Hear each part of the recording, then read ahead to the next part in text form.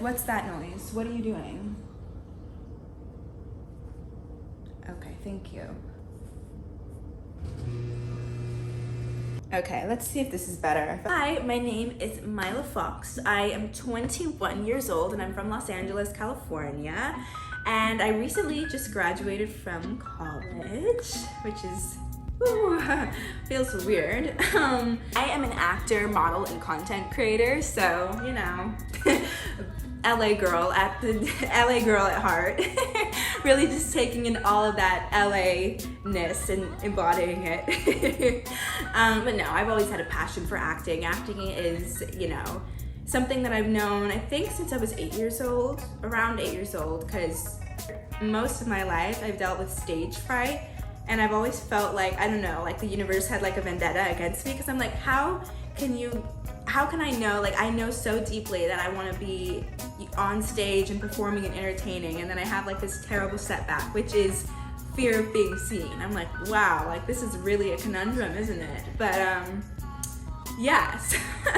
I was just in London for this past month studying at Royal Academy of Dramatic Art, and I can say hands down that was the best experience of my life. So much so that I'm like, I think I'm gonna move to London. Like within this next year, I'm trying to figure that out, because I'm like, how does one become a UK citizen? There's so many thoughts going on in my head, but I had just an amazing time at Royal Academy of Dramatic Art, and one of my best friends actually suggested that I do a little bit of a Q&A breakdown about that whole process for anyone that's interested in acting in London, or doing educational study programs in London, drama school essentially. So I'm gonna do that. That's gonna be one of my video topics coming up. So let me know if you're interested in that. If you have any questions about that, I'm gonna be more than happy to answer them. Yeah, so I was in London and I just had the time of my life. I also cried a lot because it was very intense, but it's also, that's what I was there for. So yeah. It was wonderful, and now I'm here in LA, and I've been auditioning a lot, which I'm really grateful for and really excited and nervous about, but excited, you know, to come back with a new set of eyes and a lot more knowledge as I'm going into this very daunting industry. So who is my favorite actor? So I'll just put this out there now. I'm very indecisive. That's probably one of my worst habits, and that kind of follows me everywhere, like in every area of my life, which is so terrible, but you know, we're not gonna put that out there anymore. So I don't know, I have a hard time saying I have one favorite actor. I will say I love Al Pacino. Oh my goodness, I love Al Pacino. So there's one answer, but also somebody who I really love, I love Julia Roberts. They have Julia Roberts collection on HBO Max, which honestly does not have all of her movies in it. I'm like, we're missing a few, HBO. But I love Al Pacino, Julia Roberts, Viola Davis. I have too many to name. Favorite TV show. Why do I even bother doing a Q&A? Because I basically am just saying that I'm not gonna have an answer, a straight answer. Outer Banks. Ooh, I cannot wait for OBX3. Like, ooh, chills. I just watched, well, I guess I don't know if it's like my favorite show in the world, but The White Lotus, that was really interesting. I was like, okay. Oh, well, okay, we're not asking favorite movie, but if I had a favorite movie, one of my favorite movies, which is has nothing to do with my bias and adoration for London, Last Night in Soho. Oh my gosh. Just side note, you have to watch that movie. I actually watched that the month before I left, and it really intimidated me, but I'm like, wait a second, I'm from LA, we're fine. But watch the movie and you'll understand what I'm saying. That movie's well made, beautiful, outstanding performances, outstanding ideologies. I love it. Basically, in a nutshell, it's contesting the like idea of romanticizing nostalgia. You know, I'm guilty of that. Like, there's so many aspects of, you know, the old days that I'm like, oh, I love, you know, like the aesthetics and like the outfits and, you know, the glitz and the glamour and the old Hollywood, you know, there's so many different aspects of, you know, the old days that I romanticize, but it's so easy to neglect all of the reality that's really embedded in it. So Last Night in Soho basically encapsulates all of that in a beautiful, wonderful, chilling thriller movie, and it's so wonderful. So I'm answering a different question, but Last Night in Soho was a really wonderful movie.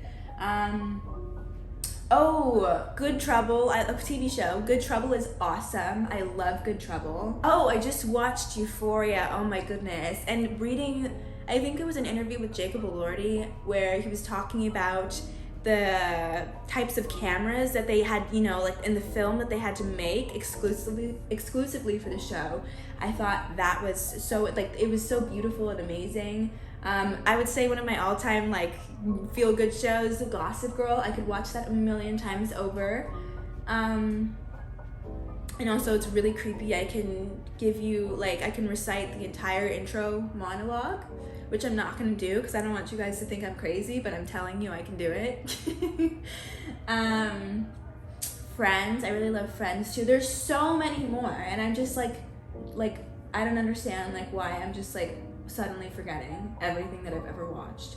Little Fires Everywhere, that one's really good. That one, I think it was only one season, which I wish there were more. Oh my goodness, Big Little Lies. Big Little Lies is also really good. What's the other one? There's another show with Nicole Kidman, and it's like they're at the resort.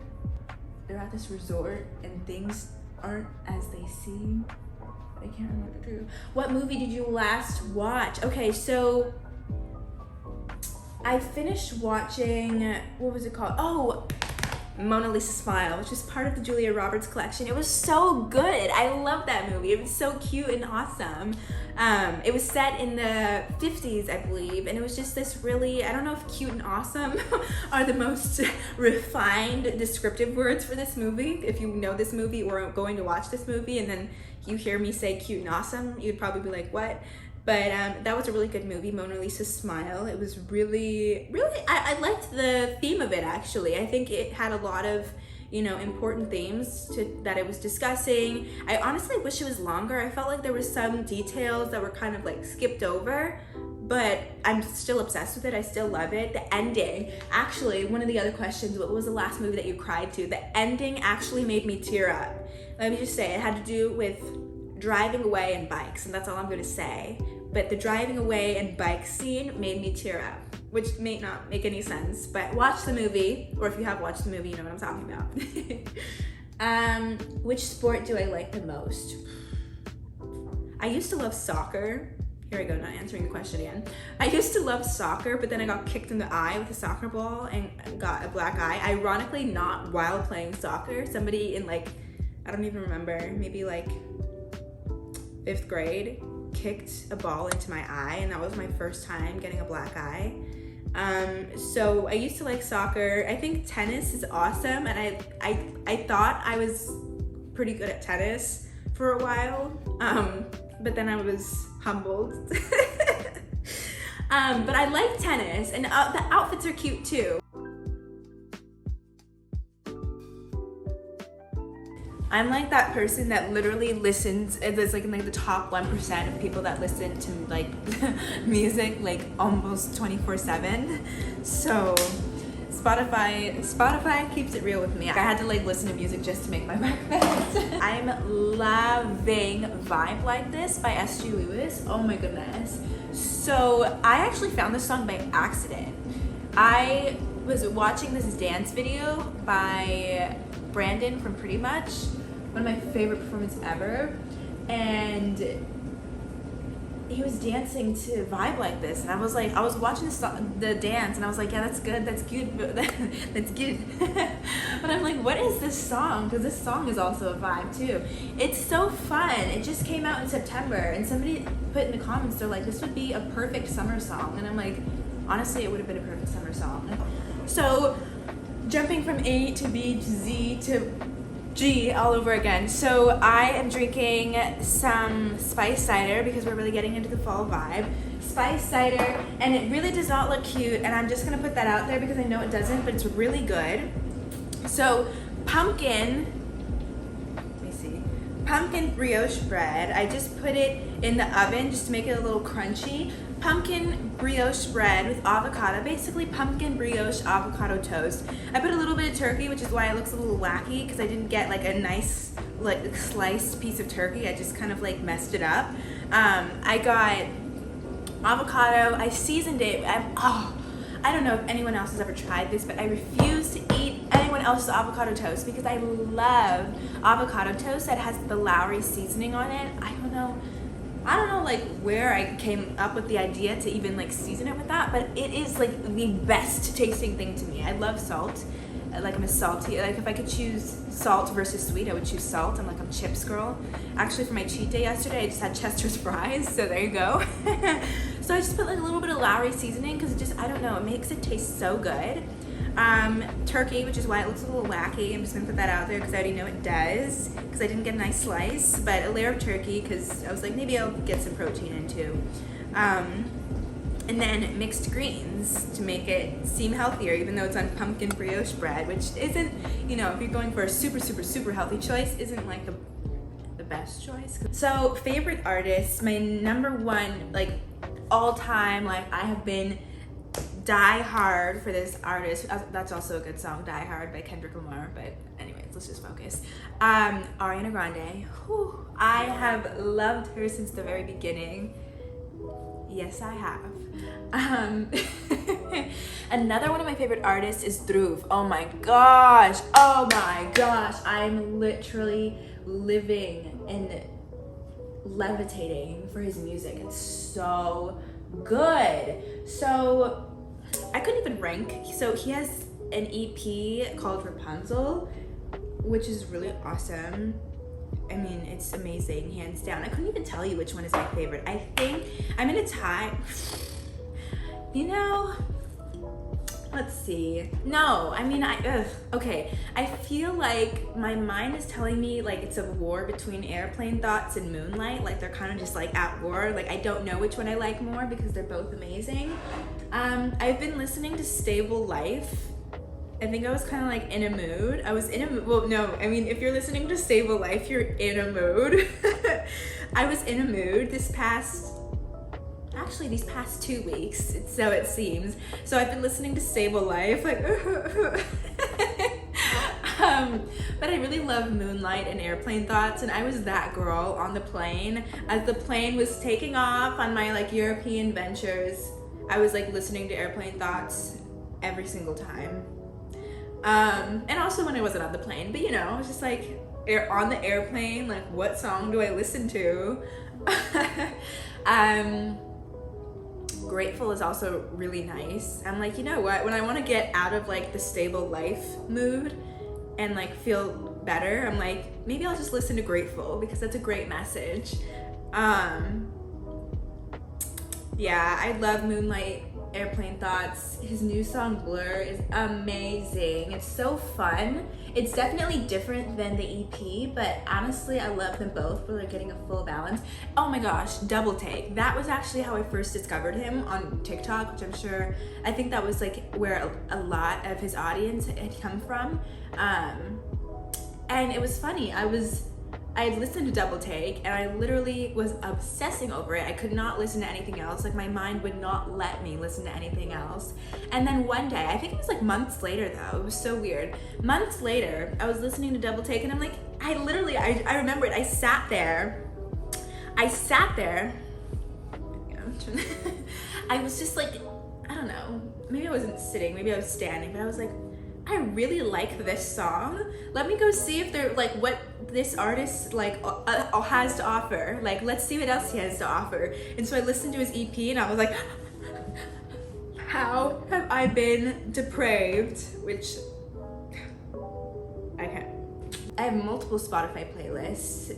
I was watching, I guess it was August 2016, or I used to watch Aiden Alexander YouTube videos all the time, and if I'm not mistaken, I don't think I'm confusing it with anybody else. I think this was his idea that I stole, but I'm giving credit to my theft. He organized, I believe, I really am, I'm pretty sure it's him. He organized like his Spotify playlist by month, and I was like, wow, this is really cool. Like, I think it's really interesting, like, to like, you know, make a monthly playlist. Like I started in August 2016. So ever since August 2016, I've been making like monthly playlists, August, September, October, November, and now it's it's October now. So I haven't added anything to my October 2022 playlist. Guess I haven't found any new songs that I like, but let's see, my September 2022 playlist: Alien Superstar, Hey Boy, Cuff It, Sugar, Good and Plenty, Calm Down, I Fell in Love Again. Maybe I'll just like show you. I'll do like a little screen record and I'll scroll it, because you're not gonna know. Some of them you'll know because they're mainstream songs, but some of them you won't know necessarily. So I'll do like a little like scroll through in case you're interested. I like to think I listen to a variety of music. Maybe not like pop to like hard heavy metal variety, but like, you know, pop to R&B to alternative, like. Do you enjoy shopping at the mall or online? I love shopping in person, because when I go to the fashion district, oh my gosh, I am all up in those racks. I think at the mall, you know, shopping in the fashion district is very different than shopping at the mall, and I think I enjoy like the unique experience of it. Shopping the fashion district is like thrifting. You never know what you're gonna find. So long story short, I think it actually does depend on the situation. If I'm going to like fashion district, 100%, like I need to be there. You have to be there. You can't online shop for that. But being in it is like that's an experience in itself that I love. But if I'm, you know, going to more common stores, then I think I just prefer to do it online, because the inventory is like so much greater, and I actually sometimes like stuff more that I find online than I have in my local stores. So yeah. What do I miss most about being younger? Oh my goodness. I think I'm kind of, this is kind of like the hang up that I've been experiencing. I've been kind of feeling a little, I just, you know, recently graduated from college, and I'm feeling a little weird in the sense that I'm like, you know, time is feeling very, I feel like I'm going through what a lot of people that in the entertainment industry, or like, you know, similar industries are going through.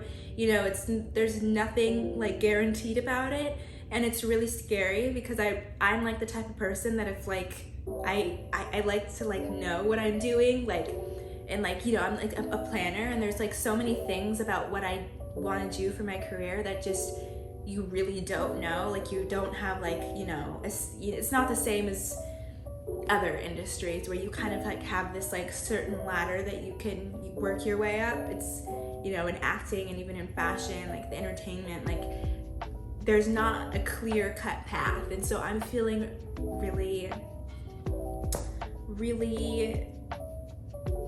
intimidated by it, and kind of like, I don't know, I think I'm getting a little bit is getting to me. I know it hasn't been that long, like I've been out of college for like maybe like 5 months, and most of the summer I spent like, you know, like training and was in other countries. So it's like I've been doing things to, you know, anyways. I think for this question, what do I miss most about being younger? I think like the time is, I miss like the time that I had, and I spent a lot of my youth and like in high school, like I haven't been on YouTube in a long time, and that's mainly because in high school I let a lot of like the negativity and bullying that I experienced get to me, and it kind of, you know, like I rerouted my path that I feel like I was meant to be on, and I kind of like adjusted and let like outside like forces like, you know, change what it is that I wanted to do. So yeah, I think I just miss like the time that I had, because I, you know, if I could go back, like I would instill, like if I could, I would like be more confident in myself, so that I, you know, could be doing more of what I love now, even like longer, like when I wanted to do it. So yeah, that's what I miss about being younger. but I'm also not trying to be too hard on myself, because I really think, especially like in this industry too, like I'm just like, everybody, I'm like, I feel like so old, like, you know, you compare yourself, like, you know, to all these, like, because, you know, like people achieve and attain their success at different stages of life. It's not like, you know, this, as I said, like clean cut path. So it's like a little bit like intimidating, and then it's also like, it's easy for me to be like, oh, why wasn't I like doing this or that or the other? And so I'm trying not to be too hard on myself, because you know, I'm gonna be 22 in January, which kind of, as I'm saying it, it's like scaring the heck out of me. But also it's 22, so it's like, I'm trying to like not put too much pressure on myself to have, you know, to be something by like, not by like numbers, you know, like putting too much emphasis on numbers. Yeah. So that's a little bit of like what I've been going through, like internally these past 2 weeks that you wouldn't necessarily know. Would I rather fly or be invisible? I feel like flying is cooler, and my default would be to say to fly, but I'm like, all the things I could do if I was invisible. If I had invisible powers, I would sneak into the Met Gala, hands down. Oh my god, yes. Well, I guess I wouldn't even need to sneak inside because I'd be invisible. Absolutely.